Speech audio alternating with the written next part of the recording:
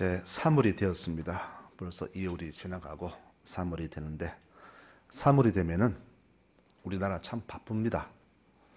새학기 시작되니까 새내기들의 가슴은 설레고 또 신입사원들도 부풀은 희망으로 살아가지만 국가적으로는 참 가슴을 쳐도 시원찮을 그런 아픈 날 3일째 있는 달이 바로 3월이기도 합니다. 지금 우리나라는 반공이냐 반대냐 이 둘로 갈라진 나라입니다. 6.25를 몸소 겪거나 반공교육을 받은 세대는 철저하게 반공주의자이고 일제치하를 경험하지 못했어도 그 수치스러운 역사를 기억하는 국민은 반일주의자로 살아갑니다. 우리나라 두 대표적인 두 정당의 집권 여부에 따라서 반공주의 나라가 되기도 하고 또 반일주의 나라가 되기도 합니다. 우리는 자꾸 지난 날을 잊자고 합니다. 그런데 100년도 넘은 이 3.1절을 잊지 않고 기념하는 이유가 있습니다. 다시는 그 수치스러운 지옥의 역사를 되풀이하지 말자는 의미입니다. 원수 갚는 일은 하나님이 하시지만은 그 아픈 상처를 잊지 않는 것이 현명하고 지혜로운 국민의 모습이 될 것입니다. 역사를 잊은 백성에게는 결코 미래가 없습니다. 오늘은 3.1절 100주년 기념주일로 지키자고 합니다. 100년 전에 있었던 대한독립만세운동은 일본의 총칼에 짓눌려서 숨도 못 쉬던 우리 민족의 가슴에 저항의 불을 지폈지요. 그리고 이때부터 임시정부가 구성이 되고 본격적으로 독립운동이 시작이 되었습니다. 지금 우리나라 구조를 살펴보면은 공산당과 관계된 사람들은 철저하게 패가방신했습니다. 아무튼 해방 이후로 공산주의에 관계된 사람들은 연좌제를 통해서 철저하게 색출했고 대신 친일파 후손들은 조상의 죄와 상관없이 아직도 부귀영화를 살고 있음을 봅니다. 독립을 위해서 재산을 팔고 가정을 포기한 애국자는 지금도 후손들이 천하게 살지만 나라를 팔고 동포를 괴롭힌 자들은 변함없이 모든 것을 누리며 삽니다. 이것을 보면서 분개하지 않는다면 그는 대한민국 국민이 아닐 것입니다. 3.1운동은 단순히 만세만으로 끝나지 않았습니다. 이때 우리 백성이 입은 피해가 엄청났습니다. 만세운동으로 사망자가 7,509명이 죽었습니다. 부상자가 거의 16,000명이고요. 체포되어서 구금된 사람이 47,000명에 이릅니다. 또 예배드리다가 사망한 사람이 1,000명이나 되고 불탄 교회가 50개가 넘는다고 합니다. 특히 경기도 화성에 있는 제암리 마을에 있는 교회는 이 일제 경찰들이 마을 사람들을 교회에 집어넣고 못을 져서 못 빠져나가게 하면서 불을 질렀습니다. 빠져나간 사람은 무차별 사상했고 그 남편을 살려달라고 애원하는 부녀자들을 목으로 참수한 그런 일이 있었습니다. 그리고 그 마을 32가구가 완전히 전소가 되었습니다. 가족들은 무서워서 장례도 못 치렀고 언론은 철저히 통제가 되었습니다. 이 참사 소식을 언더우드 선교사가 몰래 자기 고국에 고발함으로써 이 사실이 전 세계에 알려지게 되었습니다. 나라가 없으면 이런 일을 당해도 누구 하나 보호하지 못합니다. 그래서 나라의 소중함은 나라를 잃고 보호해줄 사람이 없어야만 그때서야 국가의 소중함을 알게 됩니다. 지금부터 2600년 전에 이스라엘이 이와 똑같은 일을 당했습니다. 아까 들었던 그 찬송이 바로 그 내용입니다. 이스라엘은 2600년 전에 바벨론, 지금의 이라크지요. 그에 멸망당했고 수천리 밖으로 포로로 끌려갑니다. 포로 생활의 고달픔이야 말로 다 할 수 없는 고통일 겁니다. 우리 백성들이 쫓겨나서 만주나 시베리아, 중앙아시아로 살게 된 것 똑같습니다. 지금 우즈베키스탄, 타지키스탄 이런 나라에 살고 있는 소위 고려인들 다 이때 쫓겨간 우리의 동포들입니다. 그러면 나라가 망할 때 우리 정부는 뭘 했나요? 조선왕조 500년 내내 당파 싸움에 국력은 소진되었고 백성들은 도탄에 빠졌습니다. 지도자들은 그 와중에도 자기 목 챙기기에 바빴고 힘없는 정부는 아무 저항 못한 채 나라까지 넘겼습니다. 그리고 그 피해는 고스란히 힘없는 백성들의 몫이 되었지요. 그때나 지금이나 정치권은 나라와 국민을 위한다는 미명하에 아직도 자기 패거리 힘겨루기에 여념이 없고 경제인들은 수단 방법 가리지 않고 수탈하게 바쁘며 모든 것을 포기한 백성들은 두 손 두 발 다 놓고 체념한 채 살고 있습니다. 성경은 이 이스라엘이 망한 이유를 하나님 배신한 결과라고 그렇게 기록합니다. 이것을 뒤집어 말하면은 그 당시 교회와 교인들이 제 역할을 하지 못했기 때문에 그런 결과가 왔다는 그런 뼈아픈 충고입니다. 지금의 대한민국 현실을 보면서 저는 또다시 이 나라가 교회 때문에 망했다는 소리가 날까 그리 마음이 편치가 않습니다. 이 땅에 있는 교회들이, 종교들이 제 역할을 올바르지 못하기 때문입니다. 나중에 이스라엘은 로마의 지배를 받게 되고 로마는 그 피지국에 자치권을 줍니다. 그래서 이스라엘은 종교 생활을 마긋하게 됩니다. 모두 다 백성들의 반발을 누구들을 위한 통치 방법이었죠. 그래서 이스라엘은 나라는 없지만 그래도 종교의 자유는 누리며 살게 됩니다. 이때 예수님이 오셨습니다. 그런데 종교계는 로마의 권력과 결탁하였고 지도자들은 이때도 자기들 이속 챙기기에 바빴습니다. 시대가 어둡고 나라가 힘겨울수록 교회가 제대로 서야 되는데 교회는 오히려 더 타락했습니다. 이것을 보신 예수님은 바로 불과 몇십 년 뒤에 이 땅에 닥칠 대환란을 예고하시면서 통곡하셨습니다. 누가복음 19장에 나옵니다. 성을 보고 우시며 이르시되 네 원수들이 너를 둘러 사면으로 가두고 너와 네 자식들을 땅에 메어치며 돌 하나도 돌 위에 남기지 아니하리라. 이 예언대로 예수님 승천하시고 40년도 못 되어서 이스라엘은 로마에 완전히 멸망되었고 로마 군인들은 저항하는 백성들을 처참하게 살해했으며 아이들을 땅바닥에 메어치며 잔인하게 살인을 했습니다. 3년간 그 성이 포위당하여서 식량이 떨어지자 부모들은 아이들을 잡아먹었고 물이 떨어지자 힘없고 약한 사람의 허벅지를 물어뜯어서 그 피를 마시기도 했습니다. 왜 그런 일을 겪어야 했을까요? 바로 교회가 역할을 하지 못했기 때문이라고 성경은 그대로 증언합니다. 저는 이 가슴 아픈 역사를 보면서 깨닫는 것이 있습니다. 그것은 뭐냐 하면은 나라가 힘이 없다고 못 산다고 망하는 게 아니라는 겁니다. 이스라엘이 힘이 없어 망한 게 아닙니다. 바로 그들은 하나님 배반했을 때 나라가 망했습니다. 이들은 나라가 약할 때에 하나님을 신실히 섬겼지만 오히려 힘이 있을 때 교만하였고 하나님을 배반함으로 결국은 멸망을 당합니다. 우리 교우들이 정말로 깊이 묵상할 것이 있는데 그것은 뭐냐 하면은 우리 믿는 자들이 교만하여서 하나님을 배반한다면 다시는 돌이킬 수 없는 결과가 온다는 사실입니다.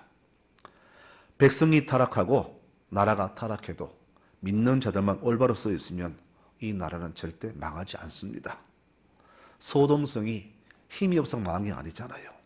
하나님 신실을 섬기는 사람 10명이 없어서 하늘의 저주를 받았지 않습니까? 주님께서는 이 예루살렘을 구하기 위해서 한 방법을 주셨습니다. 너는 거리에 나가서 이스라엘 위해서 기도하는 백성 한 명만 찾아라. 그럼 내가 이 나라를 사해 주겠다. 그런데 그 큰 예루살렘 성에 나라 위에 기도하는 백성 한 명이 없었다는 사실입니다. 그러므로 이스라엘이 망한 이유는 국력의 약함이 아니라 하나님을 배반한 결과입니다. 6.25 때 우리는 힘이 없었지만은 하나님은 이 나라를 지켜주셨습니다. 국력으로 따지자면은 벌써 망해야 할 나라지만은 국력이 약하다고 말하는 것 절대 아님을 우리는 다시 깨닫게 됩니다. 하나님이 붙드시면은 나라가 아무리 약해도 절대 망하지 않음을 우리 역사를 통해서 봅니다. 그러나 국력이 세고 나라가 강해도 하나님을 버리면 바로 주께서 손을 놓으시며 그 순간부터 그 나라는 망한다는 사실을 알아야 됩니다. 그래서 우리 성도들은 한 가지 명심할 것은 내가 어떤 상황에 있든지 절대 하나님의 손을 놓아서는 안 된다는 이야기입니다. 그러므로 이 사실을 모르는 자들이 비애국적인 행위로 데모를 하고 나라를 힘들게 하고 또 저들의 저 모습이 내 마음과 같다고 해서 박수치거나 좋아할 게 아니라 우리는 이 진리를 깊이 명심하고 믿는 자들은 먼저 나서서 누구보다 나라를 위한 애국에 앞장서야 할 것입니다. 그러면은 어떻게 하는 것이 우리 믿는 자들의 애국의 행위가 되겠습니까? 오늘 두 가지만 말씀드리고자 합니다. 먼저 우리 성도들은 조용히 나라 위에서 기도하는 백성들이 되어야 합니다. 나라 사랑하는 마음이야 대한민국 온 국민이 다 같을 겁니다. 그러나 사랑하는 방법은 다 다르지요. 피켓 들고 외치는 자가 있고 데모하는 자가 있습니다. 그러나 그렇지 않은 사람도 있죠. 우리 성도들은 요란스럽게 앞장서서 뜯을 게 아니라 조용히 기도하는 모습으로 애국의 모습을 보여주어야 합니다.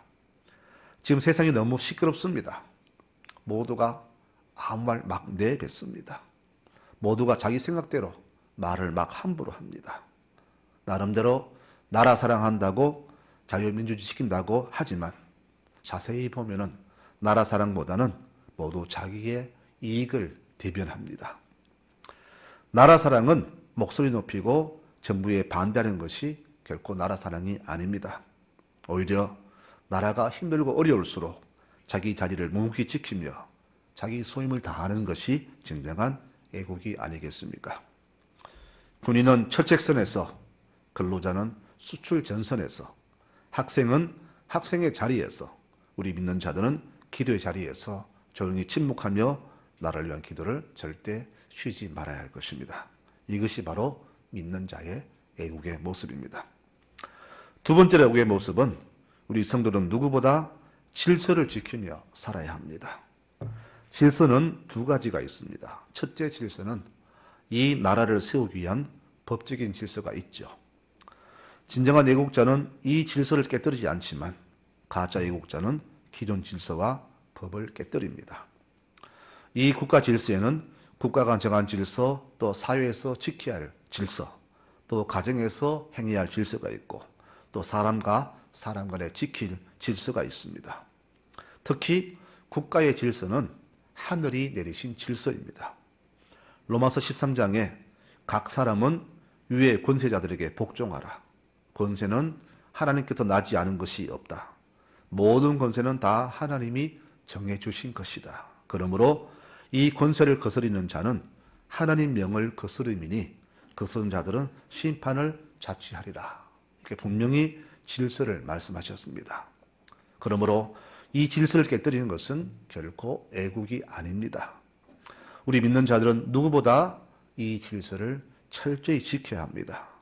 이것을 깨뜨리면 하나님 명령을 거스리는 죄가 됩니다. 국가가 성립이 되려면 세 가지 조건이 있어야 되겠죠. 바로 영토가 있어야 하고 국민이 있어야 하고 또 국가의 주권이 있어야 합니다. 이것을 보면은 이 나라 주인은 국민이 맞습니다. 국민 없는 나라가 있을 수가 있습니까? 그러나 국민이 주인이지만 이들 지도자는 하늘이 내렸습니다. 그러므로 하늘이 내린 질서를 흐트리는 자는 결코 애국자가 아닐 것입니다. 그러므로 믿는 자들은 어디에 있든지 항상 이 하나님이 정해주신 질서에 순응하는 사람들이 되어야 합니다. 이것이 바로 애국입니다.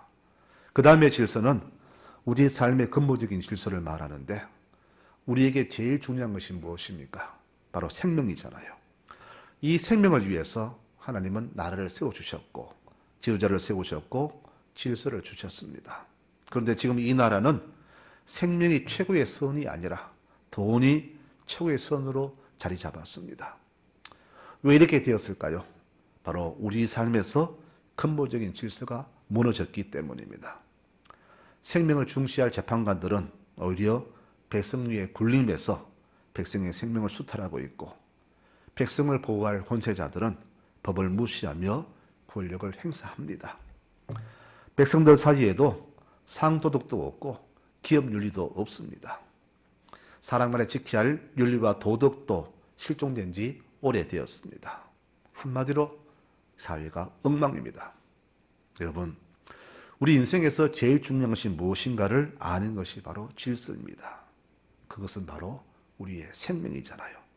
이 질서 순서가 무너지니까 바로 돈이 제일 윗자리에 앉게 되었고 이 나라가 이렇게 암울하게 된 겁니다. 믿는 자나 안 믿는 자나 아이나 어른이나 모두 다 쉽게 돈을 벌려고 하고 수단 방법 가르치지 않고 돈 버는 것을 재주라고 그렇게 칭찬하는 세대가 되었습니다. 학교는 세상을 올바로 세우는 교육이 아닌 누구보다 먼저 성공하고 출세하는 법을 가르치는 곳이 되어버렸습니다. 교회는 어떻습니까? 사회보다 더했으면 더했지 덜하지는 않습니다. 마치 교회 땅값이 올라가면은 하나님의 축복이라고 하며 재산 불리기에 여념이 없고 선을 조금 베풀고도 마치 많이 베푼 것처럼 생색을 내긴 것이 바로 교회가 되었습니다. 바로 이런 모습이 2600년 전에 이스라엘이 그랬다는 겁니다. 그 나라 잘 살았습니다. 그런데 평화가 지속되고 생활이 윤택해지니까 점점 타락으로 치달았습니다. 종교가 타락하고 교회가 사회 진돌 역할을 못하니까 그 경건한 성 예루살렘은 어느새 환락가가 되었고 추악한 자들이 판을 치는 온상이 되었습니다. 이 당시에도 돈만 된다면 무슨 짓이든 다 범했습니다. 선지자들이 엄중히 경고했습니다. 아모스 5장에 너희는 가난한 자를 삼키며 힘없는 자를 망하게 하는구나. 너희는 그릇 곡식을 작게 하고 저울 눈금을 속여서 거짓 저울로 속이며 돈으로 사람을 매수하고 신앙켤레로 가난한 사람을 막 종처럼 부리는구나. 근본에서 무너진 그 모습, 지금 우리 사회의 모습이 아닙니까? 이 모든 것은 바로 종교의 타락입니다. 종교란 것은 우리 신앙의 대상을 넘어서서 이 사회를, 이 국민을 올바른 사람으로 살리려는 교육이 되어야 되는데 이 종교가 우리의 아집에 갇혀서 헤어나지 못하고 있습니다. 그래서 이것이 삐뚤어지니까 사회도 삐뚤어지고 백성들 모두가 삐뚤어지게 된 겁니다. 그런 결과 이스라엘은 망하게 되었고 선지자들은 그가 망한 이유를 바로 하나님 배신한 결과라고 그렇게 성경에 기록한 겁니다. 자, 나라가 망했습니다. 질서를 깨뜨리고 호의호식하던 지도층인 지식인들, 또 권력가들, 기업가들, 지도자들은 모두 포로로 끌려가게 됩니다. 전쟁에 지면 포로 끌려간 사람들은요, 무지한 사람들 안 끌어갑니다. 똑똑한 사람들, 재주 많은 사람들 끌어갑니다. 그들 수천리 밖에 끌려가서 비참한 생활합니다. 후회했지만 때는 늦었습니다. 그리고 그 포로 생활에서 애환을 아픈 가슴으로 부른 노래가 바로 아까 들었던 시편 137편의 그 내용입니다.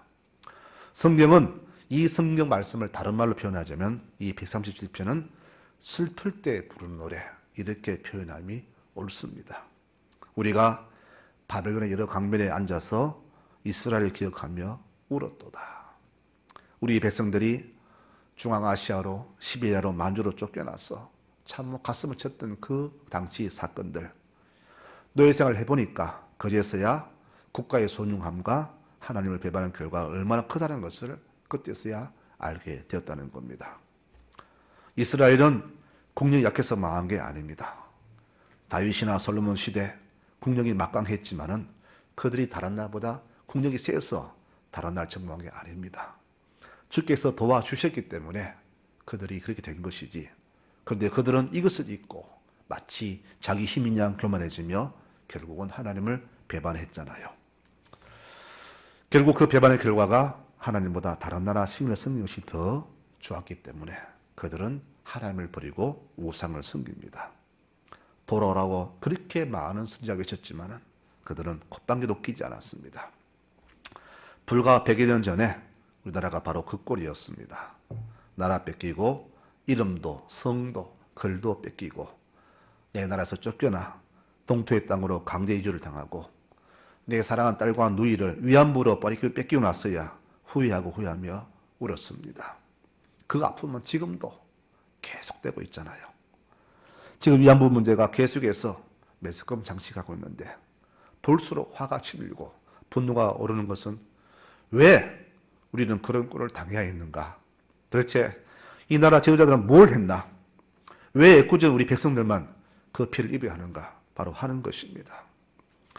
일본 정부는 몇 번의 사죄했고 합당한 보상했다고 하지만은 아직도 반성의 자세는 없습니다. 그들이 진정으로 반성했다면은 역사를 왜곡하는 그런 범죄는 저지르지 말아야 되겠죠. 우리는 저들을 용서는 하되 이 치욕의 역사를 절대 잊어서는 안 됩니다. 특히 가해자는 그 사건을 잊어서는 안 됩니다. 그들이 그것을 잊는 순간 또다시 그런 일을 반복하기 때문입니다. 몇 년 전에 이스라엘 갔을 때에 홀로코스트 박물관에 갔었습니다. 600만 명이 그들이 가스실에서 죽었습니다. 이 처참한 역사를 보면서 나라에 대한 고통이 얼마나 비참한가를 다시 한번 깨달았습니다. 그래서 그들은 지금도 역사를 올바로 가르칩니다. 우리는 애굽의 노예였다. 우리 조상들은 독일의 가스실에서 수백만이 죽었다. 이 사실을 그들은 입한 학생들에게 졸업할 때까지 계속적으로 세뇌교육 시키더라고 합니다. 왜 그럴까요? 그 사실을 잊지 말자는 겁니다. 지금 이스라엘은 우리 대한민국 경상북도만한 땅에 겨우 800만, 900만입니다. 근데 이 작은 나라가 그 수십 개 아랍 국가에 둘러싸여서도 당당한 것은 역사를 잊지 않고 기억하면서 다시는 이 숨을 당차겠다는 그들의 각오가 있었기 때문에 지금 그 나라가 그렇게 강하게 된 것입니다. 이 바벨론 강변에서 이 슬픈 노래를 부르던 이들은 하나님께 이렇게 기도합니다. 여호와여, 우리 예루살렘이 멸망하던 날을 기억해 주소서. 그때 우리가 망한 것을 보고 박수치던 에돔이란 나라를 주님 가만두지 마십시오. 그들은 우리나라가 아예 없어지기를 기대했던 자들입니다. 이들을 그냥 두지 마소서. 그리고 우리에게 이런 일을 행한 바벨론을 그들이 행한 그대로 갚아 주소서. 바벨론을 심판하는 나라를 오히려 복 주소서. 이렇게 기도했어요. 얼마나 힘겨웠으면, 힘이 없었으면 이렇게 기도할까요? 이것은 기도가 아니라 저주잖아요.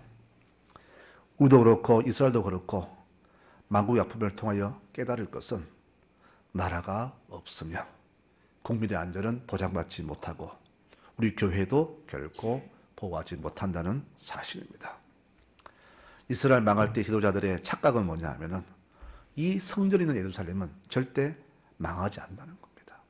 하나님이 계신데 왜 성전이 무너지고 예루살렘이 망하느냐? 그렇게 신뢰했다는 겁니다. 그런데 성전이 초토화되고 지도자들은 비참한 포로로 끌려갑니다. 이와 같이 나라가 없으면 교회도 국민도 결코 보호를 받지 못한다는 사실을 우리는 절실히 깨달아야 합니다. 그래서 우리 성도들은 누구보다 이 나라를 사랑하는 애국자가 되어야 한다는 겁니다. 우리는 지금 이 시기에 이 나라가 국민을 보호하며 조금 더 어려움이 없도록 하나님께 간절히 기도해야 합니다. 이것이 애국입니다. 우리 교우들은 어느 국민보다 더 애국자가 되어야 합니다. 모두가 데모할 때에 뒤에서 조용히 기도하는 백성이 되어야 하고 모두가 지도자를 욕할 때에 그들을 위해서 조용히 기도하는 사람들로 남아야 합니다. 대한민국 국정은 세계 10위권입니다. 그러나 우리가 1위라 할지라도 하나님이 손을 놓으시면 우리는 안 됩니다. 하지만 우리가 꼴찌라 할지라도 그분이 붙드시면 이 나라는 든든히 서갑니다. 우리 이것을 기억해야 됩니다. 그래서 우리가 할 일은 뭐냐? 이 나라를 위해서 하나님께 간절히 기도하는 겁니다. 이것이 바로 애국의 자세입니다. 매년 3.1절을 기억하면서 선조들의 애국심을 다시 기억하는 것은 다시는 그와 같은 치욕과 수모를 당하지 않기 위해서가 아니겠습니까? 우리 후손들에게 다시는 이런 흑암의 역사를 물려주지 않도록 우리 모든 성도들은 오직 하나님만 의지하고 믿음으로 살아가는 백성들이 되시기를 축원합니다. 그렇게 살아가야 됩니다. 오늘 말씀 이렇게 기도하며 말씀을 맺고자 합니다. 여호와여, 이 나라를 잊지 마소서. 이 백성이 당했던 그 치욕과 쑥의 역사를 잊지 마소서. 기도하겠습니다.